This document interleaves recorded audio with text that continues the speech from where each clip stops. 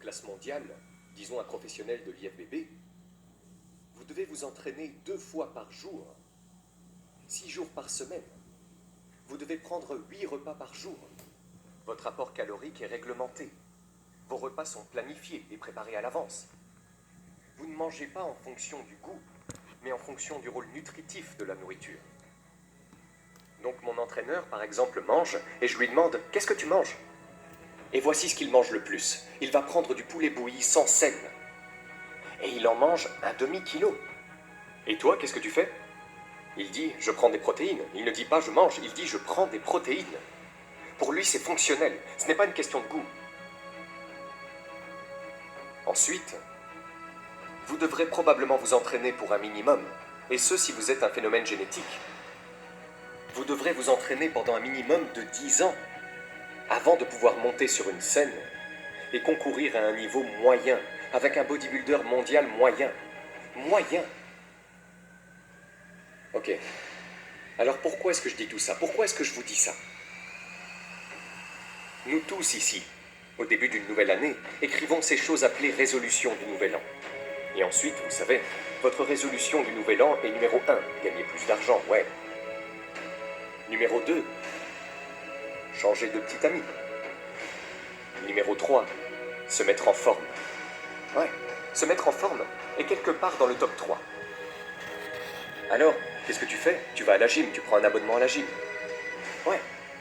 Tu vas au magasin Nike du coin et tu achètes tous tes équipements de gym.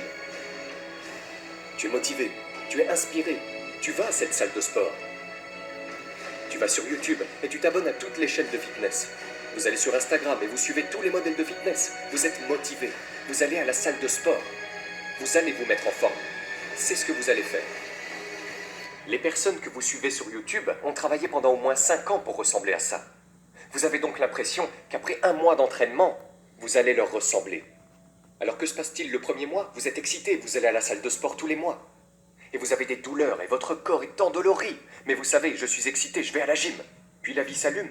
L'entreprise ne gagne pas d'argent, vous n'atteignez pas vos objectifs, vous tombez un peu malade.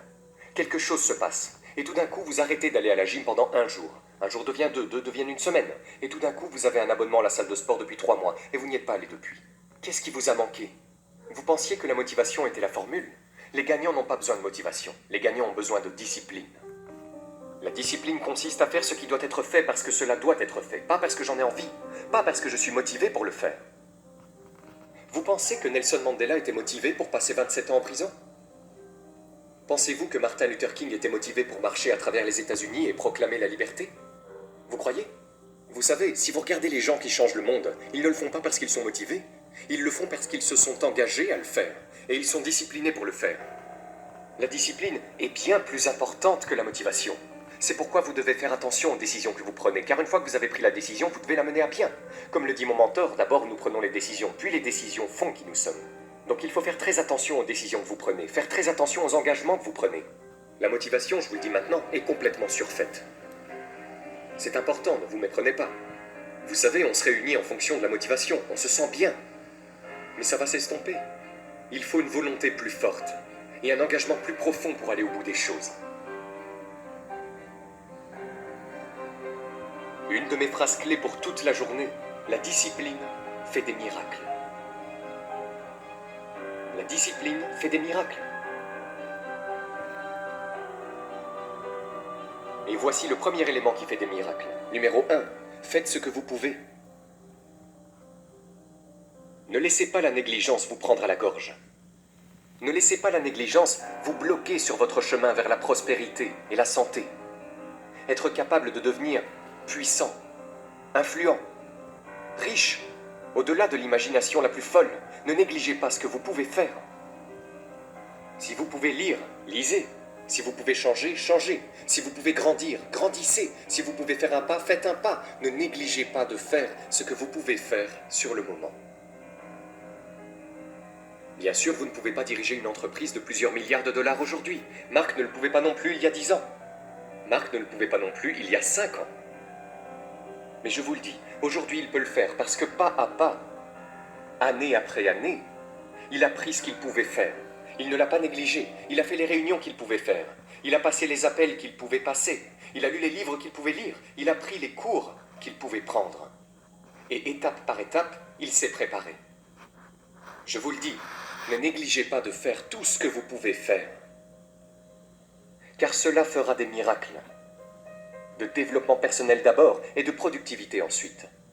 Maintenant, faites ce que vous pouvez. Voici le numéro 2, faites du mieux que vous pouvez.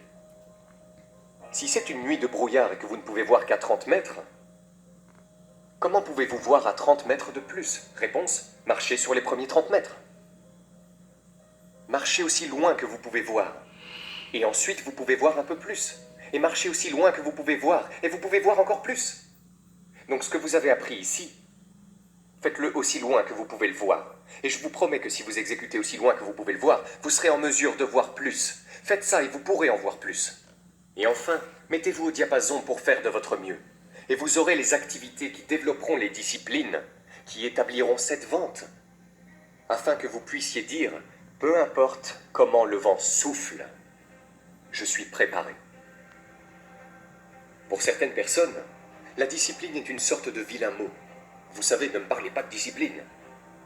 Mais ce que vous devez comprendre, c'est que la discipline est une force créative des plus incroyables. La discipline construit une carrière, la discipline développe une bonne santé, la discipline forme le plus incroyable des mariages. La discipline crée une amitié qui ne s'arrêtera jamais. La discipline développe des compétences qui peuvent être magnifiées et toucher le monde. La discipline ouvre la voie à la musique. Vous savez, vous ne pouvez pas avoir une musique incroyable sans discipline. En fait, nous les appelons les disciplines. Nous appelons l'architecture et la musique. Et nous appelons jouer d'un instrument. Nous appelons la sculpture, nous appelons la peinture. Nous appelons l'écriture, la composition. Nous les appelons les disciplines. Et les disciplines nous donnent l'indication que, oui, on n'y arrive que par la discipline. Mais cela signifie aussi que la discipline est la porte ouverte au processus créatif, pour transformer le rien en quelque chose, et l'imagination en réalité. Voici donc ce que vous devez apprendre à faire pour apprécier les disciplines et accueillir les disciplines. Voici une bonne question à se poser. Quelle autre discipline pourrais-je commencer qui m'ouvrirait une toute nouvelle expression dans ma vie pour transformer l'imagination en réalité? Sans discipline, il n'y a pas d'entreprise. Sans discipline, il n'y a pas de structure magnifique. Sans discipline, il n'y a pas de musique. Sans discipline, il n'y a pas de santé. Sans discipline, vous savez, il n'y a pas d'avantage, il n'y a pas d'avenir. La discipline est donc essentielle lorsqu'il s'agit d'imagination, d'avoir quelque chose de réel, d'y croire et de le transformer en réalité. La clé du développement est d'être tout ce que vous pouvez être. Je ne sais pas quels sont vos talents, je ne sais pas quelles sont vos compétences, mais voici ce sur quoi j'ai probablement raison. C'est que vous êtes en retard d'un effort accéléré vers votre plein développement. C'est ce que je suggère. Maintenant, pour certains d'entre vous, je sais que ce n'est probablement pas vrai. Mais même si je regarde ma propre vie, parce que je suis tenté de procrastiner, comme tout le monde. Vous savez, j'aurais déjà dû écrire 30 livres, je n'en ai écrit que 4 ou 5. Vous savez, j'aurais dû faire beaucoup de choses, mais je ne les ai pas faites. J'ai été distrait, et chacun d'entre nous a ses défis. Mais qu'est-ce que je pourrais devenir? Qu'est-ce que je pourrais devenir? J'avais un de mes amis les plus chers, je l'ai perdu. Il est mort à l'âge de 53 ans. Un jour, il a bu un peu trop. Je veux dire, David buvait un peu trop, mais il a fait toutes sortes de choses. C'était un bâtisseur et un rêveur, et il a fait beaucoup de choses. Mais sa consommation d'alcool l'a maintenu dans un brouillard pendant des années, et des années. Il y a environ 6 ans. Il était assis au Yacht Club, et il était dans le brouillard. Et soudain, il s'est dit, je me demande ce que j'aurais pu accomplir pendant toutes ces années si je n'avais pas été dans cet état de brouillard. Et il a dit que ça a marché. Et les 6 dernières années, avant sa mort, il était libre. Et il a accompli des choses incroyables, juste en 6 ans. Soyez tout ce que vous pouvez être, et ne laissez pas les habitudes vous tirer vers le bas. Ne laissez pas les choses vous détourner du plein développement, de ce que vous avez la capacité d'être. Tout ce que votre cœur pourrait englober, si vous en aviez vraiment la chance, si vous aviez vraiment la discipline, et si vous vous y mettiez vraiment, que pourriez-vous vraiment devenir? Que pourriez-vous gagner? Quelle santé pourriez-vous vraiment avoir? Combien de livres pourriez-vous écrire? Combien de poèmes pourrais-tu écrire? Alors voici ce que je vous demande. Si vous sentez que vous êtes un peu au point mort, ou que vous soyez dans votre progression, je vous demande de corriger cela. Je vous demande de voir si vous ne pourriez pas être sur une voie plus rapide vers vos possibilités et votre plein développement. Voici le but de la vie, devenir tout ce que nous pouvons être. Le plein développement de tout votre potentiel, c'est le numéro 1. Le numéro 2 est l'utilisation judicieuse de toutes vos ressources. C'est le but de la vie. La discipline. S'il y a un mot magique qui se détache de tous les autres, c'est celui-là, la discipline. La discipline est le pont entre la pensée et l'accomplissement. Le pont entre l'inspiration et la réalisation de valeurs. Le pont entre la nécessité et la productivité. N'oubliez pas que toutes les bonnes choses sont en amont. Le temps qui passe nous fait dériver. Et la dérive ne nous apporte que le négatif, le désastreux, la déception et l'échec. L'échec n'est pas un événement cataclysmique. Il n'est généralement pas le résultat d'un incident majeur, mais plutôt d'une longue liste de petites défaillances accumulées. Échouer dans la vie, ce n'est pas penser aujourd'hui, ne pas agir aujourd'hui, ne pas se soucier, s'efforcer de s'élever, apprendre, continuer à essayer jour après jour. Si votre objectif exige que vous écriviez 10 lettres aujourd'hui et que vous n'en écrivez que 3, vous avez perdu 7 lettres. Si vous voulez faire 5 appels et que vous n'en faites qu'un, vous avez perdu 4 appels. Si votre plan prévoit d'économiser 10 $ aujourd'hui et que vous n'en économisez aucun, vous avez perdu 10 $ aujourd'hui. Le danger, c'est de regarder une journée d'indiscipline et de conclure qu'il n'y a pas eu de grand mal. Cela ne semble pas être une si mauvaise journée, mais additionnez ces jours pour en faire une année, puis additionnez ces années pour en faire une vie. Et peut-être pouvez-vous maintenant voir comment la répétition des petits échecs d'aujourd'hui peut facilement transformer votre vie en un désastre majeur. Le succès, quant à lui, n'est que le même processus en sens inverse. Si vous prévoyez de passer 10 appels et que vous terminez la journée en passant 15 appels, vous avez maintenant 5 appels de plus. Si vous gagnez ensuite quelques lettres, si vous montez dans les chiffres de l'épargne, vous pouvez voir quelle énorme différence cela peut faire en un an et quel accomplissement de richesse vous attend pour toute une vie. La discipline est comme un jeu de clés magique qui déverrouille toutes les portes de la richesse, du bonheur, de la sophistication, de la culture, d'une haute estime de soi, de la fierté, de la joie, de l'accomplissement, de la satisfaction et du succès. La première clé de la discipline est la prise de conscience de la nécessité et de la valeur de la discipline. Et surtout, la discipline pour effectuer les changements. Que faut-il faire? Que dois-je faire? Et que dois-je devenir pour obtenir tout ce que je veux de ma vie? La deuxième clé est la volonté. Et plus que cela, l'ardeur à maintenir votre nouvelle discipline délibérément, sagement, avec constance. Et la troisième clé de la discipline est l'engagement à maîtriser les circonstances de votre vie quotidienne, à voir et à exploiter les opportunités, à faire quelque chose du soleil et de la pluie, du bon comme de ce qui se présente sous forme de malheur. La discipline fait beaucoup de choses, mais la plus importante de toutes est ce qu'elle fait pour vous. Elle vous permet de vous sentir mieux dans votre peau. Même la plus petite discipline peut avoir un effet incroyable sur votre attitude. Et le sentiment de bien-être que vous ressentez, ce sentiment d'estime de soi qui vient du fait de commencer une nouvelle discipline, est presque aussi bon que le sentiment qui vient de l'accomplissement de la discipline. Deuxièmement, une nouvelle discipline modifie immédiatement l'orientation de votre vie. Vous ne changez pas immédiatement de destination, cela reste à venir. Mais vous pouvez changer de direction immédiatement. Et la direction est très importante. Troisièmement, la discipline coopère avec la nature. Tout s'efforce. C'est une fonction commune de la vie. Quelle est la hauteur d'un arbre? Aussi haut qu'il le peut. Tout s'efforce de devenir ce qu'il peut être. Et cet effort pour devenir est la raison d'être de la discipline. Nous discipliner pour réaliser notre potentiel naturel et devenir tout ce que nous pouvons être. Et enfin, la discipline attire les opportunités. Les opportunités sont toujours à la recherche d'ambition et de compétences en action. La discipline exploite le pouvoir illimité de l'engagement.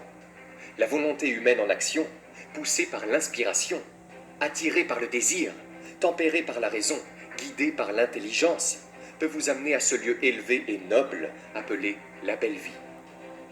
Alors commencez le nouveau processus. Vous pouvez commencer une nouvelle habitude même si elle est petite. La petite taille n'est pas importante. Que vous commenciez ou non et que vous continuiez ou non, c'est tout ce qui compte. Donc pour avoir une vie prospère, commencez un plan de prospérité. Pour devenir riche, commencez un plan de richesse. N'oubliez pas que vous n'avez pas besoin d'être riche pour avoir un plan de richesse. Une personne sans moyens peut avoir un plan de richesse. Si vous êtes malade, commencez un plan de santé. Si vous n'avez pas d'énergie, commencez un plan d'énergie. Si vous ne vous sentez pas bien, commencez un plan de bien-être. Si vous n'êtes pas intelligent, commencez un plan d'intelligence. Si vous ne pouvez pas, commencez un plan je peux. Si vous n'avez pas, commencez un plan avoir. Tout le monde peut. Même une mauvaise personne peut commencer à entendre de bons messages et à lire de bons livres. Reconnaissez que le début d'une vie meilleure, d'une vie heureuse, d'une vie riche, c'est aujourd'hui. C'est passionnant. Le processus et le résultat peuvent commencer aujourd'hui. Commencez le nouveau voyage aujourd'hui. Si une nouvelle idée vous vient à l'esprit, c'est aujourd'hui qu'il faut commencer à mettre cette idée en pratique. Faites de cette journée un départ long, chargé et passionnant pour votre nouvelle vie. Achetez aujourd'hui votre premier livre pour votre nouvelle bibliothèque. Commencez à vous fixer des objectifs aujourd'hui. Commencez aujourd'hui à vider un tiroir de votre nouveau bureau bien rangé. Commencez à manger une pomme par jour dans le cadre de votre nouveau programme de santé. Mettez de l'argent sur votre nouveau compte d'investissement pour la fortune aujourd'hui. Commencez à lire avec intensité pour votre nouveau plan de richesse de l'esprit aujourd'hui. Écrivez une lettre différée aujourd'hui. Passez un appel téléphonique différé aujourd'hui. Prenez votre appareil photo et prenez une photo de quelque chose pour commencer votre nouveau trésor de photographie aujourd'hui. Donnez de l'élan à votre nouvel engagement en faveur d'une vie meilleure. Voyez combien d'activités vous pouvez accumuler en ce premier jour. Allez-y à fond. Rompez avec l'attraction négative de la gravité. Mettez en route les propulseurs. Prouvez-vous que l'attente est terminée, que l'espoir est révolu, et que la foi et l'action ont maintenant pris le dessus. C'est un nouveau jour, un nouveau départ pour votre nouvelle vie. Avec de la discipline, vous n'en reviendrez pas de la liste de mouvements positifs que vous pouvez faire dès le premier jour de votre nouveau départ. Si vous avez aimé cette vidéo,